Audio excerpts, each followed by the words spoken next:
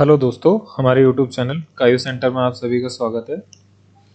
आज इस वीडियो में हम बात करेंगे, जैसे कि आप स्क्रीन पर देख पा रहे हैं कि अगर आपने रेंट पेमेंट किया है तो आपको टैक्स छूट कैसे मिलेगी, कैसे आपका टैक्स कम होगा, कि आप कैसे टैक्स बचा सकते हैं। चलिए स्टार्ट करते हैं। तो यदि आप रेंट पेमेंट करते हो तो आपको एक 80GG एक सेक्शन है इनकम टैक्स में, इसके तहत आप छूट ले सकते हो और अपने टैक्स लायबिलिटी को कम कर सकते हो। चलिए स्टार्ट करते हैं। तो मान के चलिए आपने अगर रेंट पे घर ले रखा है जहां पे आप एम्प्लॉयमेंट हो, मतलब जहां आप नौकरी कर रहे हो, वहां पर अगर आप रेंट पर रहते हो और आपको एचआरए नहीं मिलता है तो आप इसकी छूट ले सकते हो। ध्यान रखिए, अगर आपको एचआरए मिलता है तो आप एचआरए की छूट ले सकते हो। उसकी भी एग्जम्पशन दे रखी है, उसकी वीडियो आपने अलग से सेपरेट है, आप उसको डिस्क्रिप्शन में देख सकते हो, लिंक दे रखी है उसकी। चलिए, तो अभी हम बात करते हैं इसमें टॉपिक पर्टिकुलर कि रेंट पेमेंट करते हैं और आपको क्या एचआरए नहीं मिलता है। तो पहले जान लेते हैं कौन कौन सी कंडीशन है जिसमें आप ये वाली छूट अवेल कर सकते हो। तो पहली बात करते हैं कि इसमें छूट कितनी मिलेगी। सब मैक्सिमम जो अमाउंट मिलेगा इसमें 60,000 रुपये पर एनम मिलेगा, मतलब आप साल भर में 60,000 रुपये तक आप इसमें डिडक्शन क्लेम कर सकते हो। डिडक्शन क्लेम करने के लिए कुछ एलिजिबिलिटी क्राइटेरिया है, वो आपको फॉलो करने होंगे। अगर आप इनमें फॉलो करते हैं तो आप ये वाले डिडक्शन ले सकते हैं।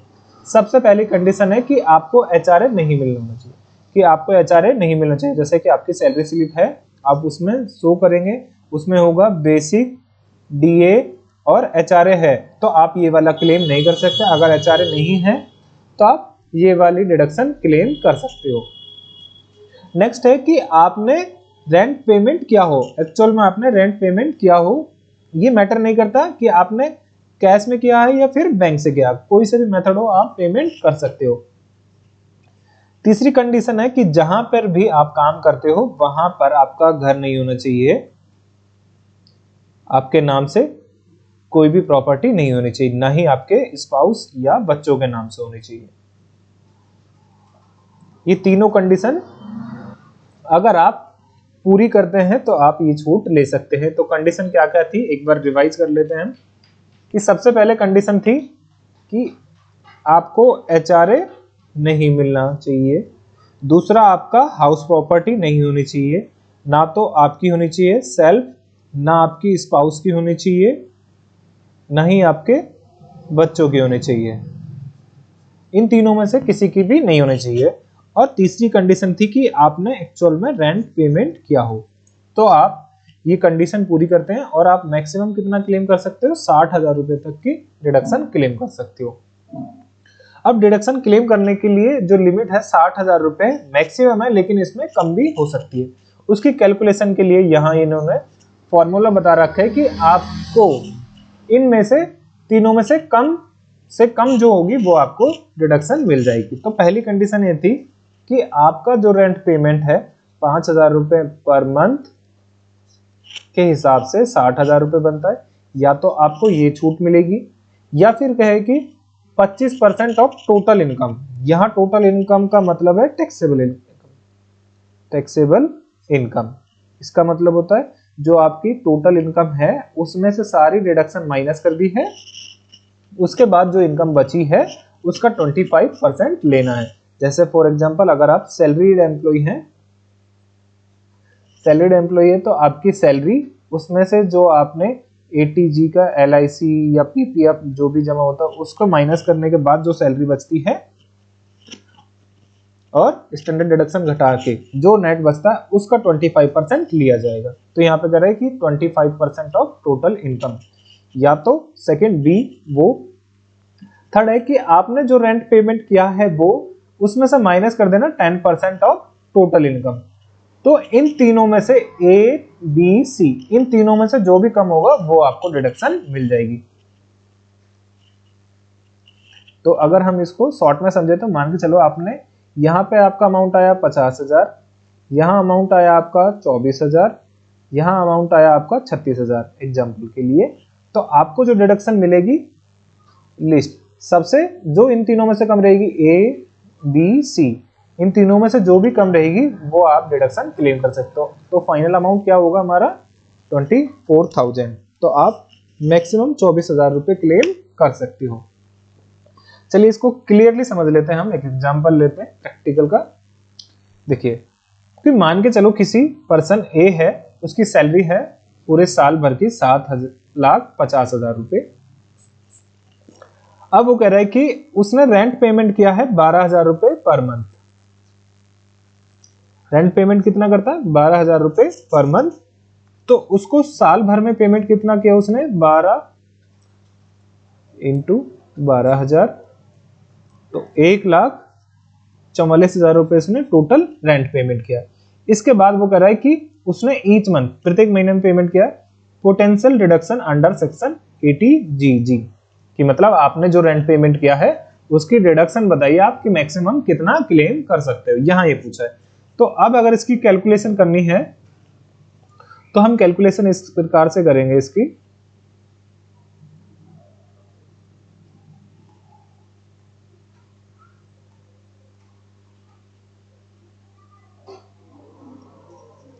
कि सैलरी कितनी हुई टोटल 7,50,000। यहां आप सबसे पहले माइनस करोगे स्टैंडर्ड डिडक्शन जो कि कितनी मिलती है 50,000 रुपये। आप ये वाली माइनस कर दोगे। अभी न्यू वाली स्कीम है जो उसमें ये 75,000 कर रखे 75,000 रुपये, लेकिन वहां आपको डिडक्शन नहीं मिल सकती है। अगर आप किसकी कंप्लीट डिटेल देखना चाहे तो हमने एक एनालाइज वीडियो बनाई हुई है, आप वो देख सकते हो। आई बटन में भी आपको शो हो रही होगी और नीचे डिस्क्रिप्शन में भी। तो चलिए इसकी कैलकुलेशन करते हैं। इसकी सैलरी कितनी है साल भर की 7,50,000। इसमें से डिडक्शन एग्जम्पशन माइनस कर देंगे 50,000, सॉरी टोटल 50,000 माइनस कर देंगे। तो नेट जो सैलरी बन के आएगी वो आएगी टोटल 7 लाख रुपए। अब यहां इसके अलावा कोई भी इनकम नहीं है तो ये आपकी टोटल इनकम हो जाती है ग्रॉस टोटल इनकम। इसके बाद आपने एनपीएस, जीपीएस या पीपीएफ या एलआईसी इनमें इन्वेस्टमेंट किया होगा, उनका मैक्सिमम जो डिडक्शन क्लेम कर सकते हो आप वो कर सकते हो 1.5 लाख रुपए तक। तो जो आपकी नेट टैक्सेबल इनकम बच के आएगी वो आएगी 5,50,000। ये आपकी टोटल इनकम आएगी। अब चलिए क्लेम करते हैं। तो यहां आपने कहा है कि देखो आपको मैक्सिमम कितनी मिलेगी 60,000 रुपए। तो ये आपकी पहले हो गई कि आपने जो रेंट पेमेंट किया है वो और 60,000 रुपए उनमें से जो कम होगी। तो यहां हमने फर्स्ट कंडीशन ले रखी है कि 60,000 रुपए, क्योंकि हमारा एक्चुअल रेंट जो पेमेंट करा था हमें वो कितना करा था 12,000 × 12 महीने, तो टोटल आ गया 1,44,000। इसके बाद इन्होंने कंडीशन बताई सेकंड बी कि 25% of total income. Total income कितनी आई हमारी, यहां हमने टोटल इनकम ये वाली कैलकुलेशन कर रखी है। तो इसकी जो कैलकुलेशन आई है वो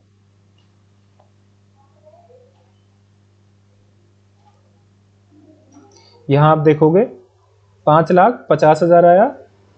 इसका 10% निकालोगे तो आ जाएगा आपके पास 55,000 रुपए। तो यहां हमने बोला कि दूसरी जो कंडीशन है उसमें टोटल इनकम का कितना लेना है 25%। तो 25% कितना होगा, एक कंडीशन ये भी निकाल लें तो 25% निकलेगा 1,37,500। तो ये थर्ड कंडीशन के लिए हमने अलग से निकाल रखा है यहाँ पे 55,000।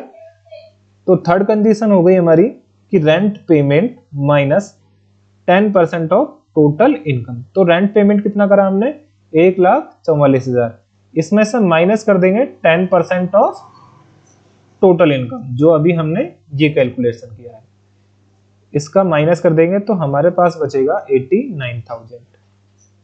तो ये हो गया। तो अब जो फाइनल अमाउंट निकल के आया हमारे पास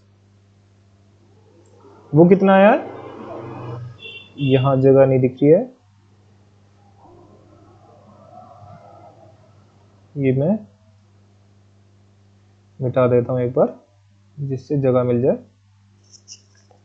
तो हमारे पास एक अमाउंट आ गया 60,000 रुपए, 5,000 रुपए महीने के हिसाब से मैक्सिमम अमाउंट ए। बी में आ गया हमारे पास 1,37,500 बी। ये बी कैसा है, 25% ऑफ टोटल इनकम, ये अभी हमने निकाल के देखा था, वहां से इसका 25% लिया है तो 1,37,000 आ गया बी। और सी अमाउंट आ गया हमारा 89,000 सी। तो अब इसमें बोला है कि ए ओ बी सी इन तीनों में से जो भी क्या होगा सबसे कम हो, लीस्ट अमाउंट जो भी इसमें सबसे कम होगा वो आपको डिडक्शन क्लेम हो जाएगी। 60,000, 137 और 89, सबसे कम कौन सा है, 60,000 रुपए। तो आप मैक्सिमम डिडक्शन क्लेम कितना कर सकते हो, क्लेम कितना कर सकते हो, 60,000 रुपए। कौन से सेक्शन में, 80GG। ये कौन सा सेक्शन है, अगर आप रेंट पेमेंट करते हो तो आपको ये डिडक्शन क्लेम कर सकते हो। मैक्सिमम अमाउंट जैसे निकाला 60,000। तो अब जो आपकी इनकम निकल के आई है तो नेट कितनी आएगी, 7,50,000। इसमें से आपने स्टैंडर्ड डिडक्शन माइनस करा 50,000, नेट बची आपके पास 7 लाख रुपए। ये आपकी नेट सैलरी आ गई। इसमें से आप माइनस कर दोगे 80 सी की, LIC, PPF वगैरह की जो भी इन्वेस्टमेंट कर रखा है आपने, वो मैक्सिमम कितना कर सकते हो, 1.5 लाख रुपए। ये डिडक्शन माइनस हो जाएगी। इसके बाद आपके पास बचेगा 5,50,000। इसके बाद आप माइनस करोगे इसमें से 80GG का। यहां आपने क्या क्या है, रेंट पेमेंट, रेंट पे किया है कितना, 1,44,000, लेकिन डिडक्शन कितनी मिलेगी, मैक्सिमम 60,000। तो ये माइनस कर देगा, आपके पास नेट इनकम जो आ जाएगी आपके पास 4,90,000। अब इस पे टैक्स कितना बनेगा, टैक्स जितना भी बनेगा वो सारा का सारा क्या हो जाएगी, रिबेट मिल जाएगी आपको अंडर सेक्शन 87A में। तो आपकी जो टैक्स लायबिलिटी आएगी वो कितनी आएगी, नील। आई होप ये आपको वीडियो में क्लियरिटी आ गई होगी कि 80G में जो रेंट पेमेंट करते हैं तो उसकी डिडक्शन कैसे निकाल सकते हैं और कैसे क्लेम कर सकते हैं। आई होप ये वीडियो आपको पसंद आई होगी। अगर कोई भी डाउट है तो आप कमेंट करके बता सकते हैं। लेकिन अब ध्यान रहे, ये सारी कैलकुलेशन होगी, इसमें आपको एक चीज और है कि आपको एक फॉर्म भरना पड़ेगा। बस ये फॉर्म कोई बड़ा फॉर्म नहीं है, आपको ऑनलाइन फॉर्म भरना होगा। जैसे आप ई फाइलिंग करोगे, आपकी ITR फाइल करोगे, ITR फाइल करने से पहले आपको फर्स्ट ये फॉर्म भरना होगा। आप फॉर्म में जाओगे, वहां पर फॉर्म सेलेक्ट करोगे 10BA फॉर्म, वहां पे सेलेक्ट कर लेना। उसमें आपको बेसिक डिटेल देनी होगी, आपका नाम, आपका पैन नंबर, और आप कब से रेंट स्टार्ट किया है, और जहां आपने रेंट पे ले रखा है उसका एड्रेस क्या है, और उसका मालिक का नाम क्या है, एक्सेट्रा। बस ये डिटेल देनी है। उसके बाद ये फॉर्म सबमिट कर देना, OTP से वेरीफाई कर लेना। तो आपको डिटेल चाहिए तो क्या चाहिए, आपका जो लैंडलॉर्ड है, मतलब आपका जो मकान मालिक है, आपको उसका जस्ट आधार कार्ड लेना है और आप ये डिटेल क्लेम कर सकते हो। आधार नंबर डालने की जरूरत नहीं है, आप बस आधार इसलिए ले रहे हैं कि आपको उसमें से एड्रेस और नाम ठीक हो, और आप ये सिंपली डिडक्शन क्लेम कर सकते हैं और अपना टैक्स लायबिलिटी बचा सकते हैं। तो मैक्सिमम डिडक्शन 60,000 रुपये आप क्लेम कर सकते हैं। आई होप ये वीडियो आपको पसंद आई होगी।